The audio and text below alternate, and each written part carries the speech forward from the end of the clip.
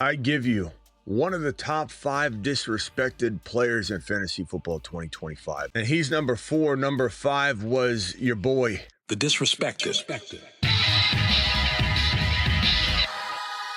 Disrespected. The Fantasy Football Show begins now. From the FantasyFootballShow.com studios, it's the Fantasy Football Show.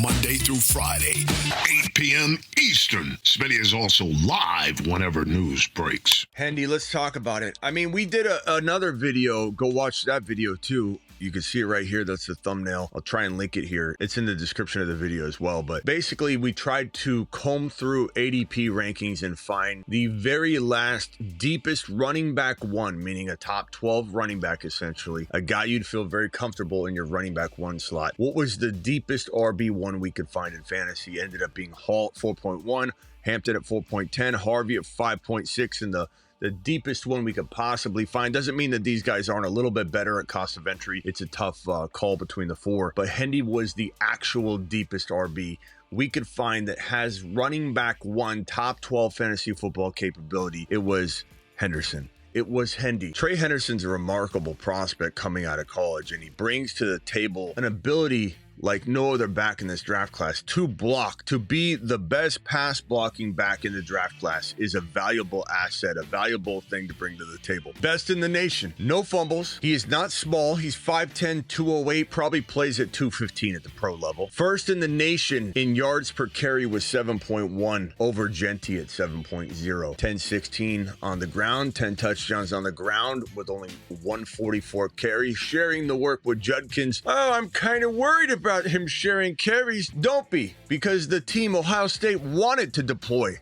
a multiple running back situation, much like Detroit, and they asked him to do that, and he said, hey, keep me fresh for the pros, no problem. 10-16, 10 TDs, 20-23, 9-26, 11, and 229 receiving. Probably the most important season is this bottom 2021 season where he got the most carries, was getting full-time work, not sharing at all. And again, sharing is not something that should scare people away, and they say, oh, he's a running back that can't take all the work. That wasn't the case at all. They just wanted to deploy him in a Jahmyr Gibbs, in an Achane, in a Breece Hall way. Think Achane his rookie year. Deploy him that way. Ultra efficient on the outside, catching a lot of passes. And look at the stat line when he was given full-time work.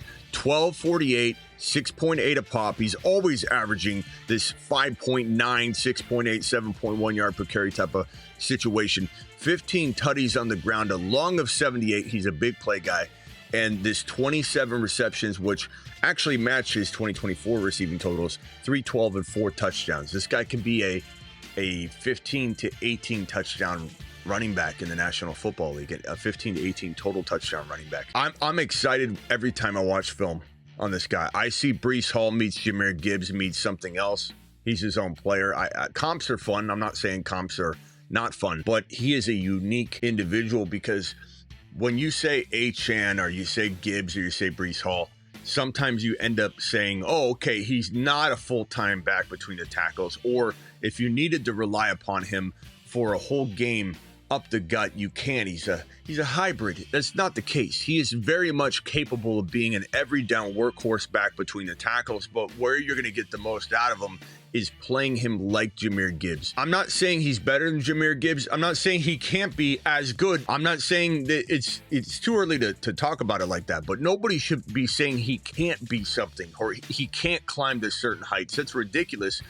People said that about Jahmyr Gibbs, and how dumb do they look now? Let's not pretend we know exactly what he can turn into at the pro level. But I think of Jahmyr Gibbs in terms of how we'll watch him play, how we'll watch this team use him. Given the fact that New England drafted a top 3 lineman to protect Drake May, given they drafted the best pass blocking back in the draft class to protect Drake May, what do you think they're going to do? They're going to put him in the lineup. And if you say Ramondre, Smitty, I'm really worried about Ramondre. Isn't he not going to go away? Close your eyes and picture yourself drafting Ramondre before the NFL draft. Where were you taking him? Round 9? Round 10? Nobody believed in Ramondre. In that, we didn't even know that the Patriots would be a likely candidate for a top 3 or 4 running back. We thought they'd probably address the position, but they won't take Hendy. They won't take Harvey. They won't take any of the top backs, will they? And we still drafted Ramondre in round 9-10, proving that even without the threat of a running back coming in like Hendy, we still didn't respect Ramondre. Now we're supposed to respect him? I don't think so, not on my watch. Ramondre doesn't threaten Hendy at all, especially on passing downs because of his ability to be the best pass blocking running back, not only in this class, but a top 5 in the league almost immediately. It's all about Drake May.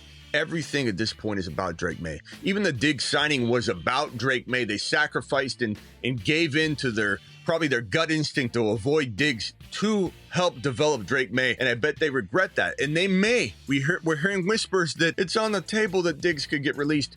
You can act like that's a crazy conversation all you want. I don't care. It is something that is certainly being talked about, even if it got shut down right away.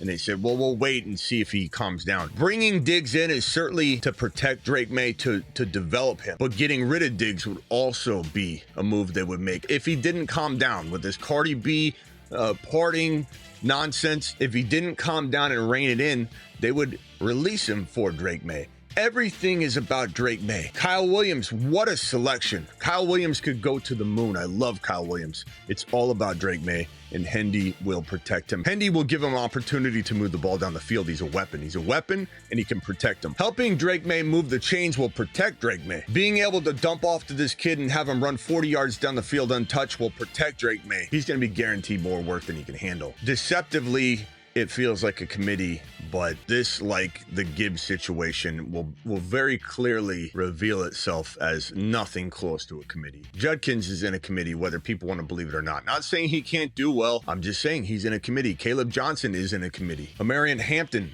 is in a committee, whether people want to admit it or not. I know Najee's on a 1-year deal, but Hampton is in a committee for right now. Aside from Genty, then RJ Harvey, this is the least committee riddled situation out there of the running backs. And I don't think it's even going to be a threat for more than a couple games in people's minds. It won't be a threat in my mind walking into week number 1, because he is going to the absolute moon. To the moon.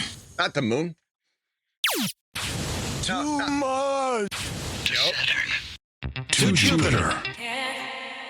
Smitty, give me a projection for this monster right here. I'm gonna probably say something along the lines of, we've done this before. I think 1,100 yards rushing, even if it was like 1,050. I don't even mind this low 450 mark, because he's a 450 receiving yard running back with probably 3 to 4 TDs receiving, probably around 9 to 11 rushing TDs on the ground. This is a 1,500 yard back with at least, I would say, let's call it 13 to 14 total TDs on the year. This would be his total TD mark. That's what I'm talking about. Actually, that's very fitting. This man plays a lot like this man. This man plays a lot like that man. You can argue it all you want. You can come in here and try and say, Smitty, don't compare. I'll compare whoever I want to Gibbs. This is the channel that told you about Gibbs.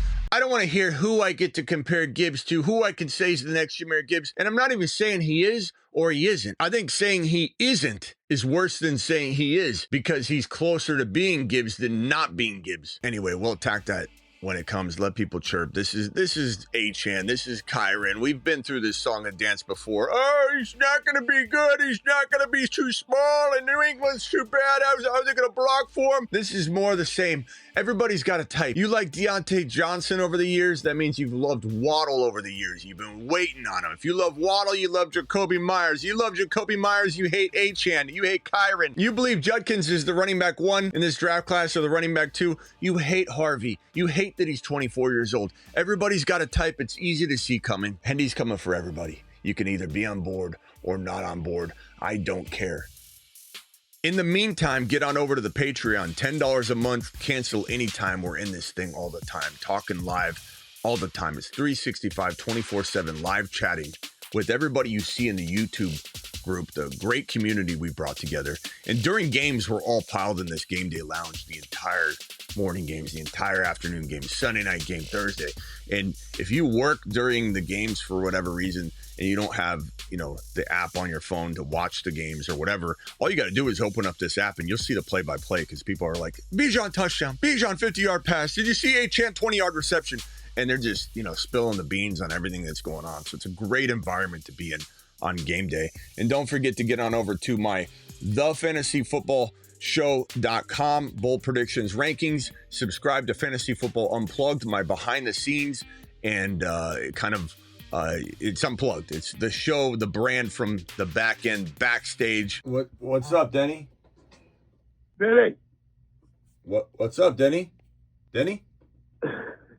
Hey, gotta get those swamp bags together. Dude. We gotta do karate in the face.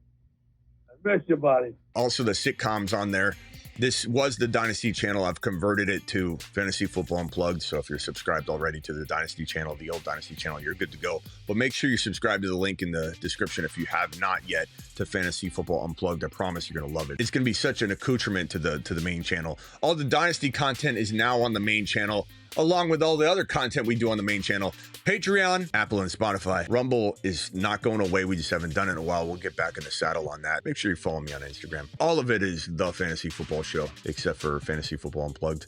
But yeah, get on over to the rankings, bold predictions, trade calculators over on thefantasyfootballshow.com.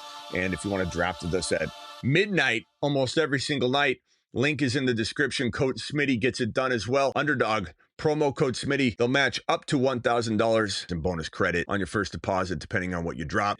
Do it live. See you tonight drafting, probably. And, we'll be live. We're live whenever news breaks. We're live whenever news breaks on this channel. In addition to being live Monday through Friday at 8 p.m. Eastern. In addition to being live graveyard shift after dark shows at midnight. See you all later. See you for number 3. Video number 3 on the Disrespected coming soon.